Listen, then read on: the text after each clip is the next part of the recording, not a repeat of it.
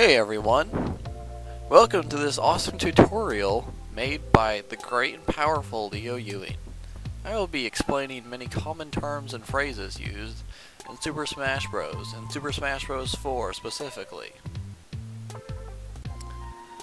First off, we'll be talking about the jab. This is the most common attack in Super Smash Bros. And the most basic. Literally, all you have to do is press the A button, or whatever button it is of the controller you're using. For Wii, it'll be A also. For the Pro controllers for the Wii U, it'll be A as well. And it'll be 1 or 2. 2, I think, if you're using a Wii remote turned sideways.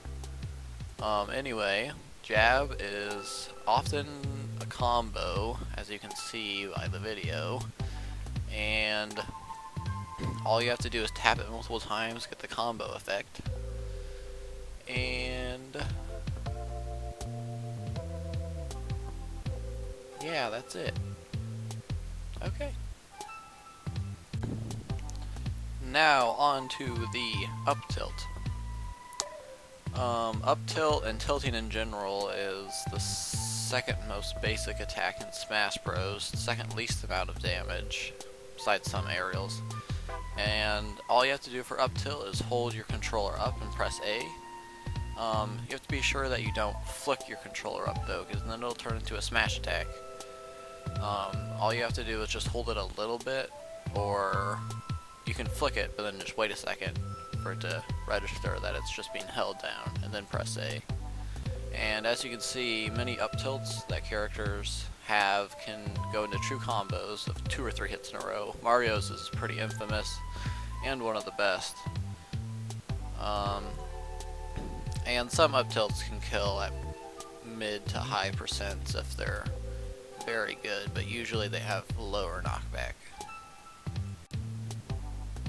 Also, I'm not going to cover all the other tilts because it's the exact same principle for them, and they all are fairly similar. The only other thing is forward tilt can kill better than all the others usually, but you just have to hold the controller forward or down to do a forward tilt or a down tilt. And once again, make sure not to flick it or else it'll come out as a smash attack. Now we move on to aerials. Aerials are a very important aspect of the game because you're in the air a lot, and obviously you can jump by tapping up on the stick or by pressing Y or C button if you're using nunchuck setup, or Y or X if you're using a Pro controller, and then GameCube's Y. And forward air's first one we're covering. All you have to do is press A and press forward at the same time on your control stick while you're in the air, and you'll do it. This move is different depending on the character you're using. Some have combo effects like Luigi's forward air, and some have spike effects like Mario's, as you can see on this last meteor spike that happens. Meteor spike is when you can't escape the spike, it'll just send you down automatically. A spike is when you're off stage and someone destroys you by knocking you all the way to the bottom before you can get back on stage. Yeah, forward airs are very useful though, and should be implemented like the other aerials. Okay, moving on to back air. Back air is a good kill move for a lot of characters. All you have to do is press the opposite way that your character's facing and press the A button at the same time, and back air will come out. Back airs are useful, like I said, for killing and for edge guarding.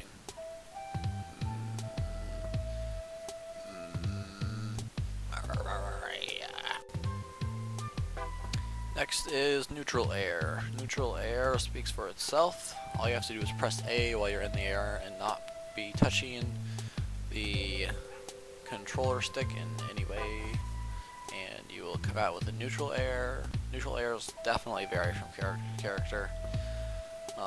Some have good knockback, others have good range. It just depends on what character you're using. Okay, up air. Up air is primarily used for juggling people above the stage. All you have to do is press up on the analog stick and press A at the same time, and the up air will come out while you're in the air, of course. And it is a good kill move at higher percents usually. Now, down air. This is one of the most varied of aerials. All you have to do is press down on the stick and press A at the same time to do a down air. And then down airs can spike with a lot of characters, and that's mainly what they're used for, but some have a long lasting hitbox that'll suck someone into like a spinning down air like Luigi and Kirby does and Jigglypuff. But yeah, down air should not be used when you're coming back down to the stage, and that's for sure, because they have a lot of ending lag, and people like Link or Sheik who have down airs that stay out the entire time they're coming down, those have an incredible amount of lag, and they should be used very sparingly. Alright, moving away from aerials, because that was all of them. We are now going to cover dash attack. Dash attack is very simple. Most of you have probably done a dash attack before. You may have figured out how to do a dash attack. All you have to do is flick your controller stick. That's how you dash. You flick it really quickly and hold it, and then you can start dashing. And you press A, and you'll automatically do the dash attack. When you're dashing, all you can do is do a dash attack and then a jump cancel up smash. But the jump cancel up smash you don't have to worry about, because all you have to do is flick up on your C stick or second analog stick while you're dashing, and you can do it. But yeah, dash attack is good for getting a character after a punish, or oftentimes getting something into a combo, and it's probably the quickest, well, often one of the quickest moves you can use when attacking an opponent. Now we shall move on to defensive options.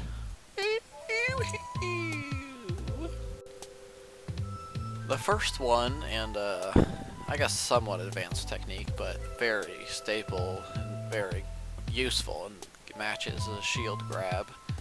You guys should probably know that shielding is very useful, and all you have to do is hold R if you're using a GameCube controller, and you should be able to find the shield button on the others. All I know is that it's the triggers on the Pro controller, and then Z on the Nunchuck controller.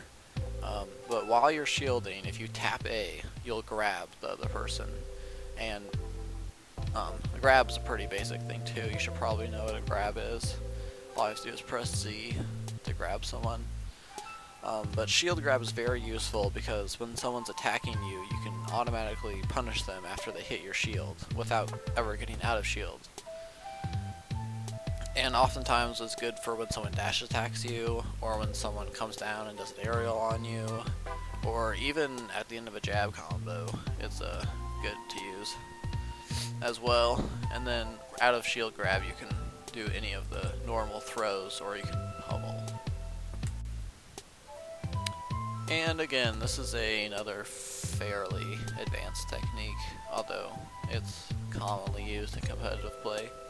So spot dodging is very useful when you're trying to avoid grabs, because a character can grab you when you're in shield no matter what, but spot dodge just makes you invincible for a small amount of time. Your character will like flash white, and all you have to do is flick down on your stick and while you're holding R, and you'll just do a little animation where you'll go invincible for a second. And it's very useful when someone's doing a lot of grabs on you, and it's a good way to avoid a move and then do a quick combo without having to roll away or run away and then run back. Alright, air dodges are very simple. All you have to do is press R while you're in the air, and then you'll do a dodge. Much like the spot dodge, it lasts a similar amount of time, and you go invincible for the whole time. But one thing to warn about air dodges is that they're, if you do it, you have some lag coming out of it, and especially if you come down to stage. So only air dodge when you know you're going to be able to avoid their attack, because if you don't, someone can read it, and then since you can't react after the air dodge is done, they'll be able to punish you really hard. And again, this is only advanced players, so air dodging is very good to use when you're having less competitive tournaments or playing against someone who's not quite as skilled. And air dodging is definitely essential, though, when you're getting when you're off ledge and you're getting defended heavily. Finally, we have the roll, and the roll is a very useful and very detrimental thing at the same time. So all I have to do is hold R and flick to the left or the right, and you'll do a roll. And you can just do that very quickly, and it's a little way to get away from someone super fast, as you can see.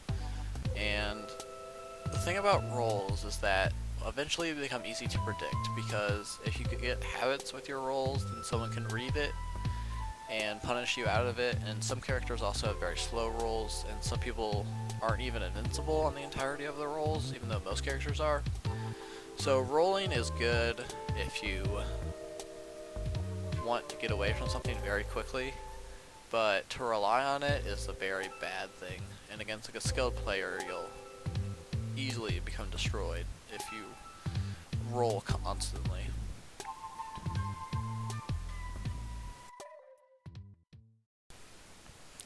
Well, that about does it. So if you guys enjoyed my commentary, which I am sure that you did, then let me know, and hopefully I can make some character tutorials pretty soon. Me and Daniel are working on doing those. And any other questions you guys have about advanced terms that I didn't answer, because I didn't cover perfect pivoting or some of the other really advanced stuff. But I can send you videos from YouTube about those things, but I hope this just covers up some basic terminology for you guys. And utilize it the best you can in your smashing. Thank you.